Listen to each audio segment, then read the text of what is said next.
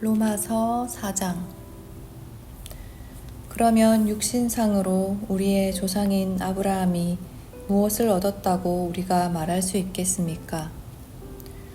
아브라함이 행위로 의롭게 되었더라면 그에게는 자랑할 것이 있었을 것입니다. 그러나 하나님 앞에서는 자랑할 것이 없습니다. 성경이 무엇이라고 말합니까? 아브라함이 하나님을 믿으니 하나님께서 그를 의롭다고 여기셨다 하셨습니다. 일을 하는 사람에게는 품삯을 은혜로 주는 것으로 치지 않고 당연한 보수로 주는 것으로 생각합니다.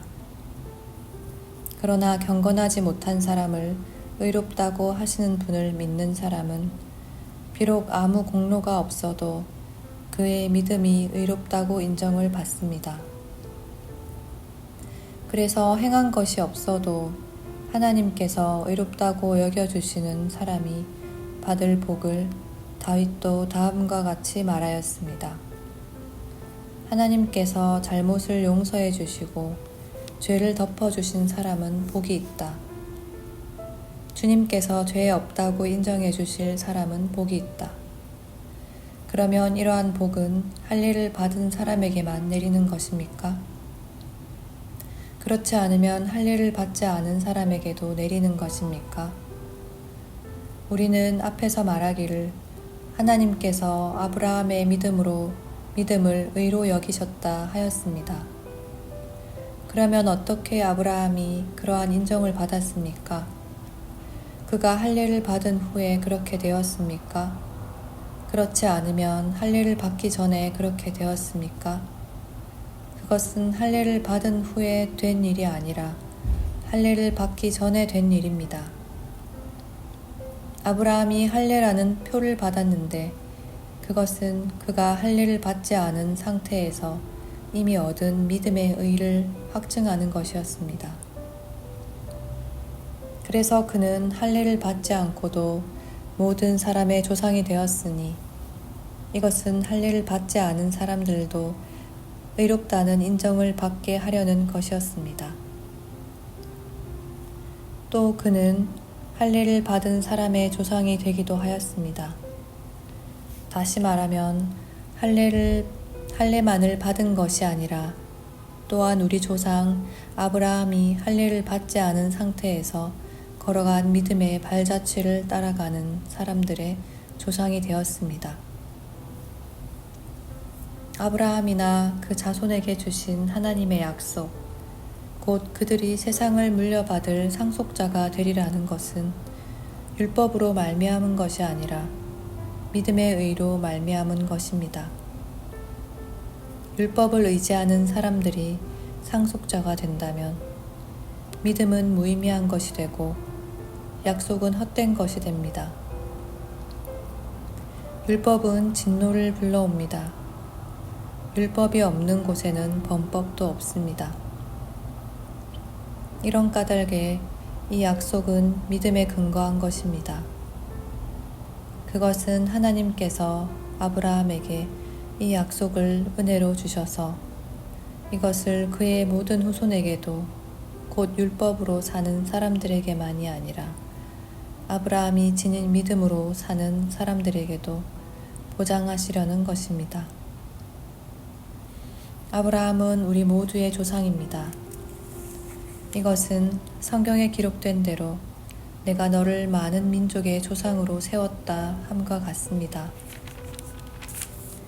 이 약속은 그가 믿은 하나님, 다시 말하면 죽은 사람들을 살리시며 없는 것들을 불러내어 있는 것이 되게 하시는 하나님께서 보장하신 것입니다. 아브라함은 희망이 사라진 때에도 바라면서 믿었으므로 너의 자손이 이와 같이 많아질 것이다 하신 말씀대로 많은 민족의 조상이 되었습니다. 그는 나이가 100세가 되어서 자기 몸이 이미 죽은 것이나 다름없고 또한 사라의 태도 죽은 것이나 다름없는 줄 알면서도 그는 믿음이 약해지지 않았습니다. 그는 하나님의 약속을 믿고 의심하지 않았습니다. 오히려 그는 믿음이 굳세어져서 하나님께 영광을 돌렸습니다. 그는 하나님께서 스스로 약속하신 바를 능히 이루실 것이라고 확신하였습니다. 그래서 하나님께서는 이것을 보시고 그를 의롭다고 여겨주셨습니다. 그가 의롭다는 인정을 받았다 하는 말은 아브라함만을 위하여 기록된 것이 아니라 하나님께서 의롭다고 여겨주실 곧 우리 주 예수를 죽은 사람들 가운데서 살리신 분을 믿는 우리까지도 위한 것입니다. 예수는 우리의 범죄 때문에 죽임을 당하셨고 우리를 의롭게 하시려고 살아나셨습니다. 5장. 그러므로 우리는 믿음으로 의롭다 하심을 받았으므로 우리 주 예수 그리스도로 말미암아 하나님과 더불어 평화를 누리고 있습니다. 우리는 또한 그리스도로 말미암아 지금 서 있는 이 은혜의 자리에 믿음으로 나아오게 되었으며 하나님의 영광에 이르게 될 소망을 품고 자랑을 합니다. 그뿐만 아니라 우리는 환난을 자랑합니다.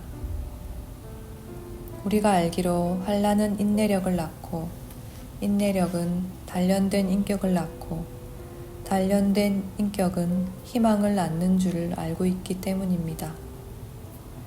이 희망은 우리를 실망시키지 않습니다. 하나님께서 우리에게 주신 성령을 통하여 그의 사랑을 우리 마음속에 부어주셨기 때문입니다. 우리가 아직 약할 때에 그리스도께서는 제때에 경건하지 않은 사람을 위하여 죽으셨습니다. 의인을 위해서라도 죽을 사람은 거의 없습니다. 더욱이 선한 사람을 위해서라도 감히 죽을 사람은 드뭅니다. 그러나 우리가 아직 죄인 되었을 때에 그리스도께서 우리를 위하여 죽으셨습니다. 이리하여 하나님께서는 우리들에 대한 자기의 사랑을 실증하셨습니다. 그러므로 지금 우리가 그리스도의 피로 의롭게 되었으니 그리스도로 말미암아 하나님의 진노에서 구원을 얻으리라는 것은 더욱 확실합니다. 우리가 하나님의 원수일 때에도 하나님의 아들의 죽으심으로 말미암아 하나님과 화해하게 되었다면 화해한 우리가 하나님의 생명으로 구원을 얻으리라는 것은 더욱더 확실한 일입니다.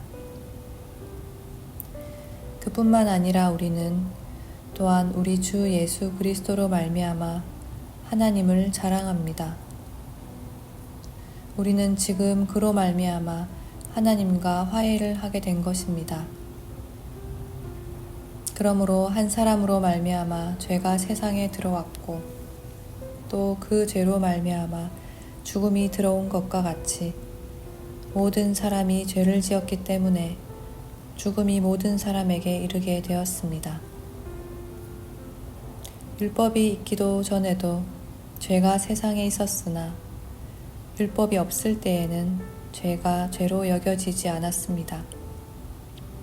그러나 아담 시대로부터 모세 시대에 이르기까지는 아담의 범죄와 같은 죄를 짓지 않은 사람들까지도 죽음의 지배를 받았습니다.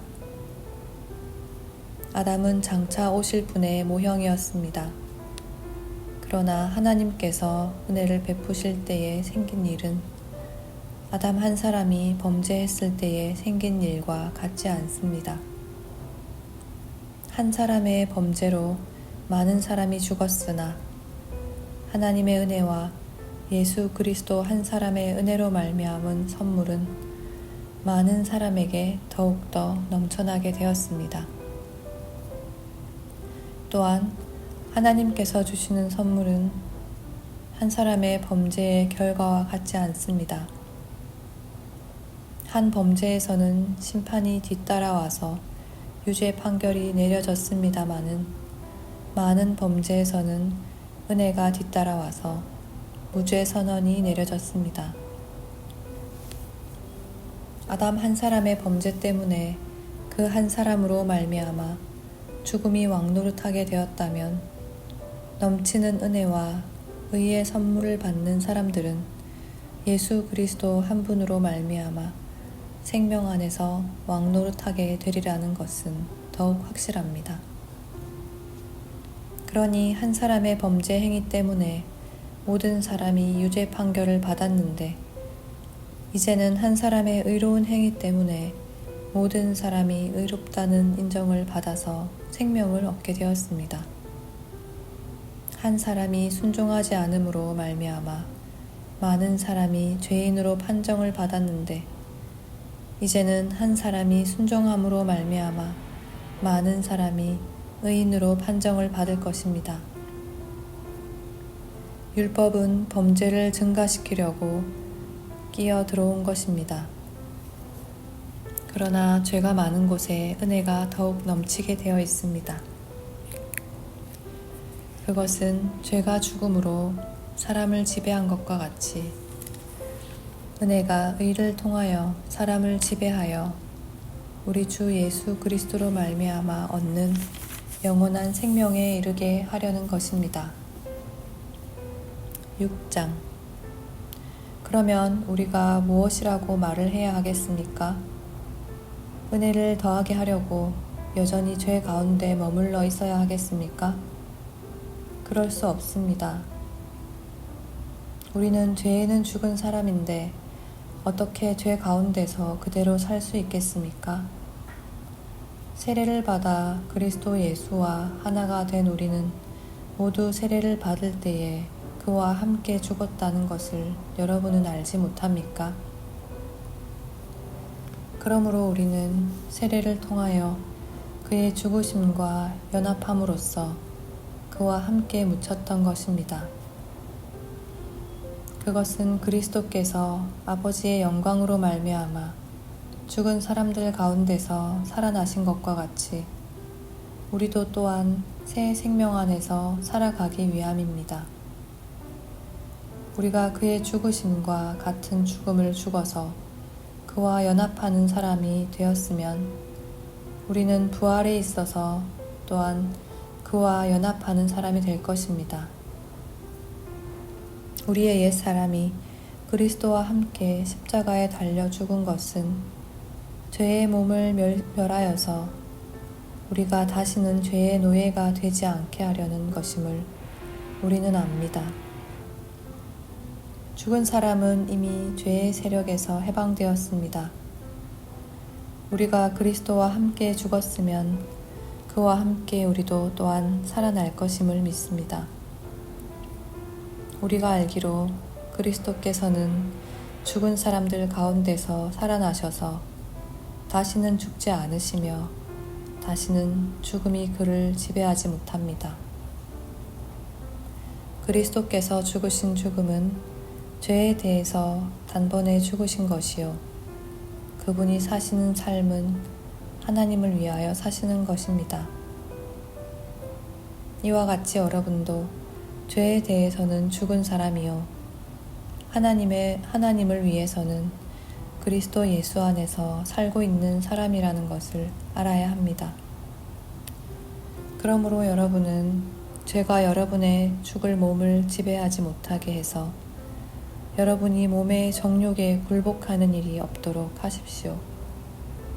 그러므로 여러분은 여러분의 지체를 죄에 내맡겨서 불의의 연장이 되게 하지 마십시오.